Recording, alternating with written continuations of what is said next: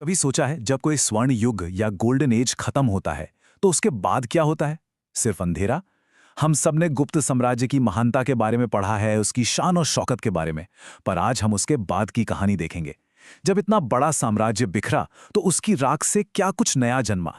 और ये सवाल न सिर्फ इतिहास का नहीं है, ये तो किसी भी बड़े सिस्टम के टूटने की कहानी है। तो चलिए देखते हैं कि छठी शताब्दी का भारत हमें इस बारे में क्या सिखाता है। तो कहानी शुरू होती है लगभग 550 ईस्वी से। ये वो समय था जब सदियों से भारत को एक साथ जोड़े रखने वाली वो अजीम गुप्त शक्ति कमजोर पड़ गई और आखिरकार टूट गई। एक पूरे युग का, एक एरा का अंत हो रहा था। तो हम बात कर रहे हैं लगभग 200 साल के एक ऐसे दौर की जो गुप्त साम्राज्य के पतन से शुरू होता है, फिर बीच में हर्षवर्धन जैसे बड़े शासकों के उदय को देखता है और फिर आगे चलकर एक नए मध्ययुगीन भारत की दहलीज पर आकर खत्म हो जाता है।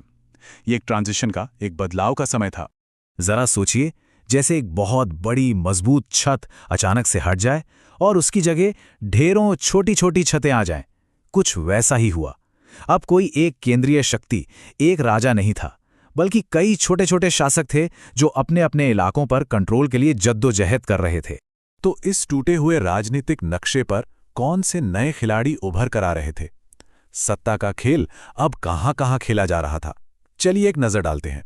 उत्तर में कन्नौज के राजा हर्षवर्धन ने एक बड़ी शक्ति बनने की कोशिश जरूर की। उन्होंने समृद्धि भी लाई, सैन्य ताकत भी दिखाई, लेकिन वो गुप्तों की तरह पूरे उत्तर भारत को एक झंडे के नीचे नहीं ला पाए। अब अगर पश्चिम की तरफ चलें तो वहां भारत का भविष्य आकार ले रहा था। यहीं पर राजपूत वंशों का उदय हुआ, जिन्होंने आने वाली कई सदियों तक इस पूरे क्षेत्र की पहचान को परिभाषित किया। और दक्षिण भारत की तो अपनी ही अलग कहानी चल रही थी। वहां चालुक्य और पल्लव जैसी नई शक्तियां अपने अपने शक्तिशाली राज्य बना रही थीं। तो अब एक तस्वीर बन रही होगी कि कैसे पूरा देश छोटी छोटी शक्तियों में बंट चुका था। और पता है, यहीं पर कहानी सबसे ज्यादा हैरान करने वाली हो जाती है। आमतौर पर हम सोचते हैं कि जब राजनीति में इतनी उथल पुथल हो, लड़ाइयां हो रही हो, तो सब कुछ बर्बाद हो जाता है ना? पर क्या उस दौर में सच में ऐसा ही हुआ था? यही इस दौर का सबसे बड़ा विरोधाभास है। एक तरफ राजनीतिक उथल पुथल थी, राजा आपस में लड़ रहे थे, सीमाएं बदल रही थी, और दूसरी तरफ बिल्कुल इसके उलट संस्कृति फल फूल रही थी। कलाकार शानदार मंदिर बना रहे थे, विद्वान विश्वविद्यालयों में ज्ञान बांट रहे थे और अलग अलग धर्म विकसित हो रहे थे। और ये सिर्फ हवा में कही गई बात नहीं है, इसका सबूत भी है।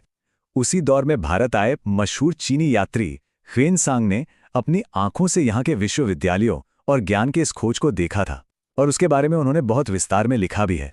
तो ये बात बिल्कुल साफ है कि ये कोई अंधकार युग नहीं था। यहाँ तो धर्म, कला, शिक्षा सब कुछ फल फूल रहा था। यहाँ तक कि समंदर पार दूसरे देशों से व्यापार वो भी चल रहा था।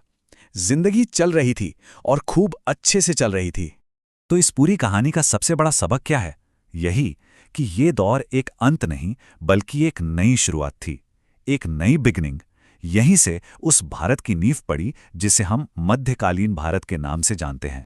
इस अजीब सी स्थिति को समझने के लिए एक टर्म है, स्थिर अस्थिरता। हाँ, सुनने में थोड़ा अजीब लगता है ना? इसका मतलब बस इतना सा है कि चूंकि कोई एक केंद्रीय शक्ति नहीं थी सबको कंट्रोल करने के लिए, इसलिए छोटे छोटे क्षेत्रों को आज़ादी मिल गई। अपनी अलग पहचान, अपनी अलग कला और अपना अलग कल्चर विकसित करने की आज़ादी। और इसका असर हमें आगे भी देखने को मिलता है। इसी दौर में जो कला और वास्तुकला विकसित हुई, उसी ने आगे चल के राजपूत और पाल राजवंशों जैसी महान शक्तियों की कला को प्रेरित किया। मतलब कुछ भी बेकार नहीं गया। तो यही है इन 200 सालों की कहानी। ऊपर से देखने पर राजनीतिक विखंडन, बिखराव, लड़ाई, लेकिन अंदर ही अंदर संस्कृति, कला और ज्ञान भारत को एक अलग ही तरह से जोड़ रहे थे। तो चलिए अपने पहले सवाल पर वापस चलते हैं। जब कोई साम्राज्य बिखरता है तो क्या सब कुछ खत्म हो जाता है? शायद नहीं। शायद बिखराव हमेशा पतन नहीं होता, बल्कि एक नए सृजन की शुरुआत होता है। छोटी छोटी लेकिन अनगिनत नई शुरुआतों का जन्म। इतिहास हमें कम से कम यही सोचने पर मजबूर करता है।